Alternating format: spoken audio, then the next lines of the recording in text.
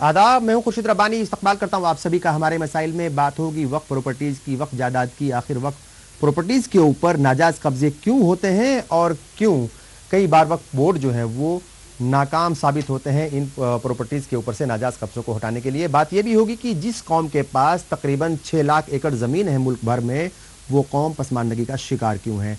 इस स्टूडियो में कई खास मेहमान मौजूद हैं। इनसे यही सवाल करेंगे कि आखिर ऐसा क्यों हो रहा है, क्यों वक्फ जायदाद जो है उनको डेवलप सही तरीके से नहीं किया जाता एक सिस्टम के तहत, और क्यों उनको डेवलप करने में वक्फ बोर्ड जो है वो नाकाम साबित होते हैं। मेहमानों का मैं तारुफ करा दूं। हमारे साथ मोहम्मद अदीब साहब, साबिक मेंबर पार्लियामेंट है, इस्तकबाल है आपका। इनके अलावा मुफ्ती एजाज अरशद कासमी साहब हैं, मेंबर हैं स्टेट वक्फ बोर्ड दिल्ली के, आपका भी इस्तकबाल करते हैं। और साथ ही मौजूद हैं कामरान मलिक साहब, कानून के जानकार हैं और वक्फ जायदाद से जुड़े मुद्दों को ये उठाते रहते हैं, आपका भी इस्तकबाल है। और इनके अलावा हमारे साथ हैं अमीक जामी साहब, कन्वीनर हैं ऑल इंडिया इंसाफ तंजीम के, आपका भी इस्तकबाल है। मोहम्मद अदीब साहब, सबसे पहले आपके पास ही आएंगे। क्या कहेंगे, वक्फ जायदाद जो है, वक्फ प्रॉपर्टीज जो है, उनके ऊपर आखिर नाजायज कब्जों की बात हो रही है, क्यों हर किसी की निगाह उनके ऊपर रहती है और आज क्यों वक्फ प्रॉपर्टीज जो है वो ज्यादातर वो कब्जों का शिकार हो गई है? देखिए, वक्फ की जायदाद सबसे आसान जायदाद है कब्जा करने की जी। अगर दिल्ली की मिसाल लें तो जब मोहन साहब के ज़माने में उन्होंने दस्तूर बनाया था कि जो ज़मीन खाली मिले उस पर डीडीए का बोर्ड लगा दो, और मुसलमानों की ये समझ में नहीं आया कि उनकी अजदाद ने जायदाद छोड़ी थी इसलिए कि उनके माशी हालात उसकी नस्ल के ठीक हों, तालीमी एतबार से, दूसरे एतबार से जी।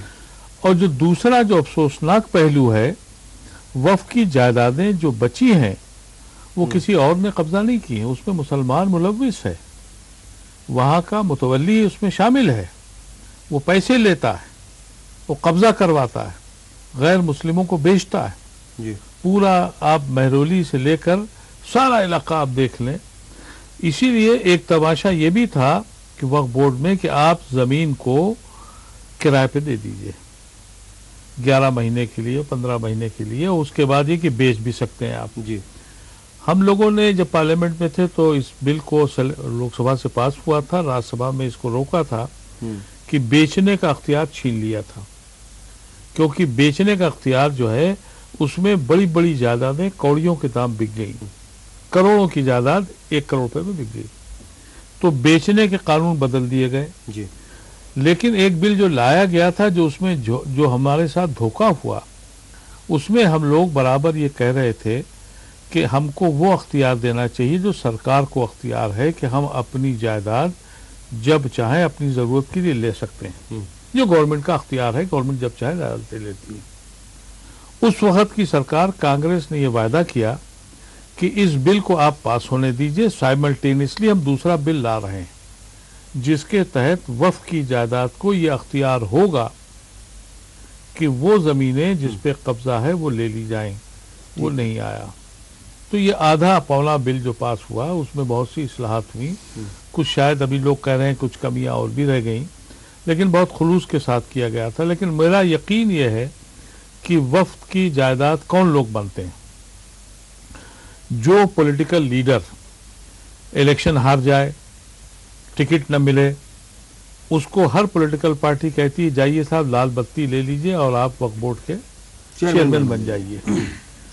अगर वो लोग वक्फ के इंचार्ज बनाए जाएं जो ये समझते हों कि ये ज़मीन अल्लाह की ज़मीन है और इसमें खयानत है और गुनाह है अगर उस ज़मीन को हम बेचेंगे, तो ऐसे लोगों को नहीं बनाया जाता, उन लोगों को बनाया जाता। गड़बड़ियां भी आप कह रहे हैं फिर कम होंगी उस हिसाब से। नहीं, जब आप उसके ट्रस्टी हैं, उसको आपको मालूम है कि ये अल्लाह की ज़मीन है, उसके बेचने के, उसको खुलफुर्द करने के, उस पर कब्जा करने का अख्तियार इतना बड़ा गुनाह वही कर सकता है जो दीन से वाकफियत न रखता हो। बिल्कुल ठीक है, जिससे जो है बहुत ज्यादा खौफ नहीं होगा खुदा का और जिसको ज्यादा जानकारी नहीं होगी मज़हब की। ऐसी जमीनों पर इस तरह से किया है, मिसाल के तौर पर दिल्ली में तो रोज का तमाशा है। अभी 12 तारीख को मेरी एलजी से एक मीटिंग है, काका नगर पे एक मस्जिद पे कब्जा हुआ, 200 गज की जमीन थी, हालांकि काका नगर में आधा काका नगर वक्फ है और ये वक्फ के डॉक्यूमेंट्स मौजूद हैं, इसके पेपर्स मौजूद हैं, और वो तो छोड़ दीजिए 1 बीघा कितनी ज़मीन थी, एक ज़मीन थी जो हमने पुलिस से कह के खाली कराई। जब उस पर वक्फ बोर्ड को हमने वापस कराया, मैं पर्सनल, अभी ये 1 महीने पुरानी बात है, मैं पर्सनल बोर्ड की मीटिंग में गया था तो वक्फ बोर्ड से मेरे पास फोन आया कि साहब वो कल हम बाउंड्री वॉल बनाने गए थे, वहाँ एनडीएमसी का बोर्ड लगा दिया।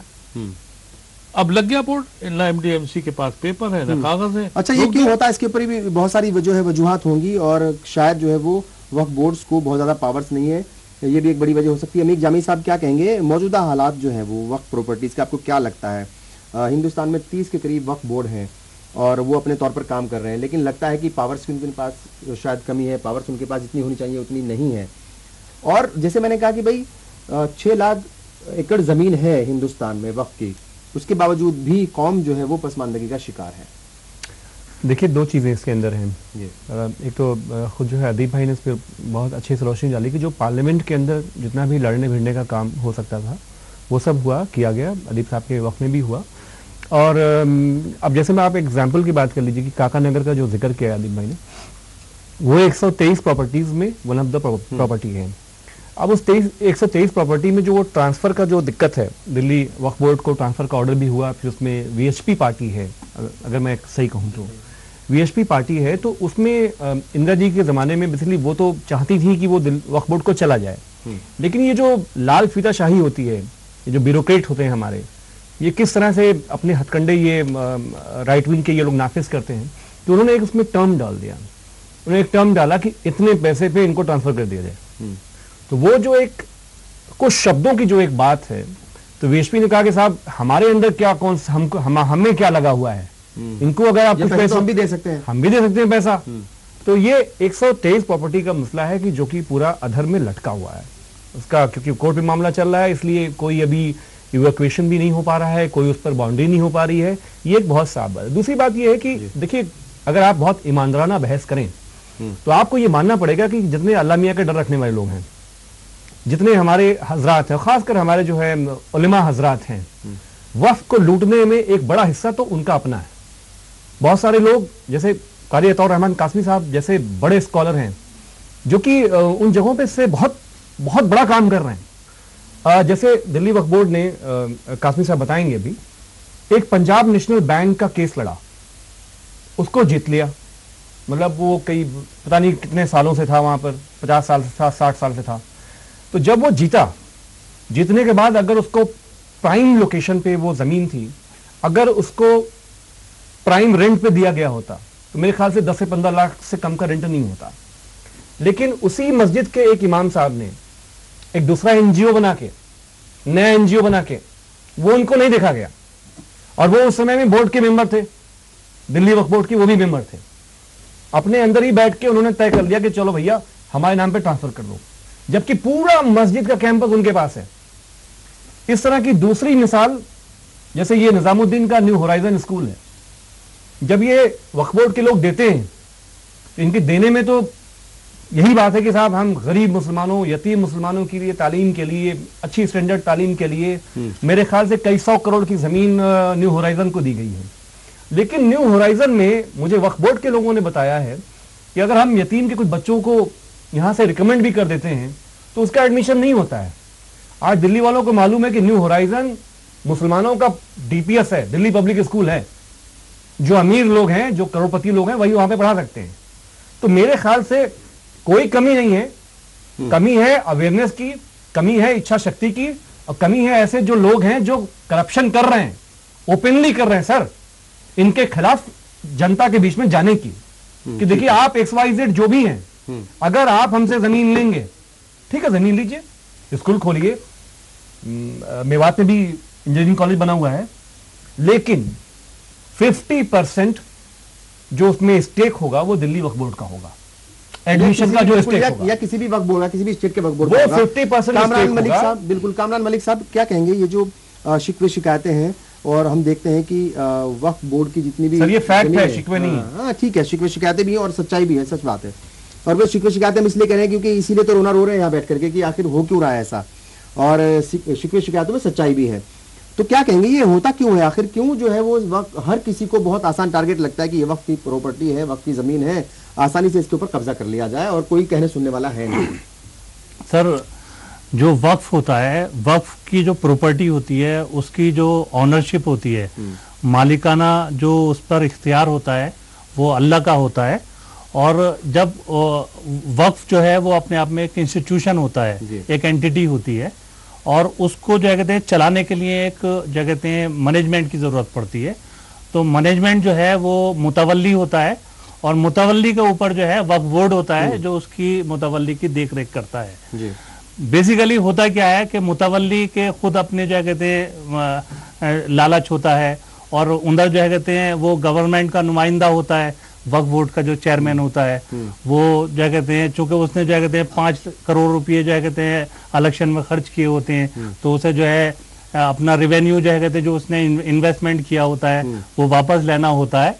तो इसलिए जो है दोनों जो है कहते हैं करप्ट हो जाते हैं, दोनों लोग जो है एक करप्ट आदमी दूसरा करप्ट आदमी से मिल जाता है, और वक्फ की जमीन को जो है कहते हैं डिस्पोज ऑफ कर दिया जाता है, सस्ते दामों में डिस्पोज ऑफ कर दिया जाता है।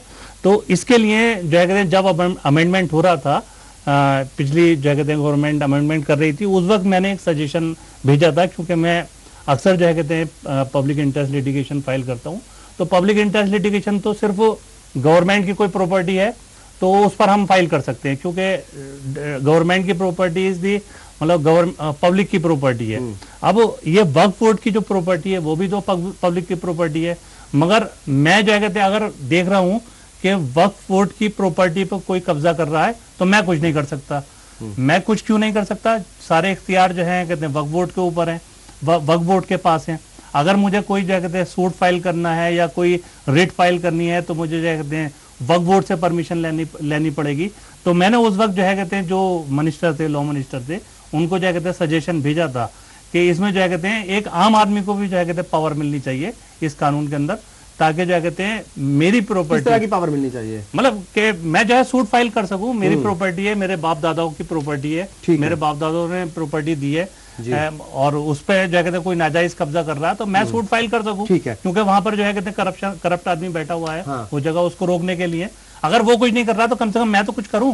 बिल्कुल सही बात है। मुफ्ती एजाज साहब, क्या लगता है आपको कि वक्फ बोर्ड जो है, एक तो उसके पास इख्तियारात जो है बहुत ज्यादा है नहीं, ठीक है, और दूसरी बात इन्होंने कही कि वो कहीं ना कहीं जिन लोगों को जिम्मेदारी वहां पर मिलती है, यही बात अदीब साहब ने भी कही है, यही बात जो है अमीक साहब भी कह रहे हैं और कामरान भाई भी यही कह रहे हैं कि भाई जो वहां पर जिम्मेदार होते हैं तो कहीं ना कहीं वही उसको मतलब खुर्द-बुर्द करने के जिम्मेदार भी बन जाते हैं या उसका जरिया वो बन जाते हैं, और सियासत का जो है वो प्लेटफॉर्म भी बन जाता है कि जो लोग पैसा खर्च करके वहां तक पहुंचते हैं तो वो अपना पैसा कैसे निकालें।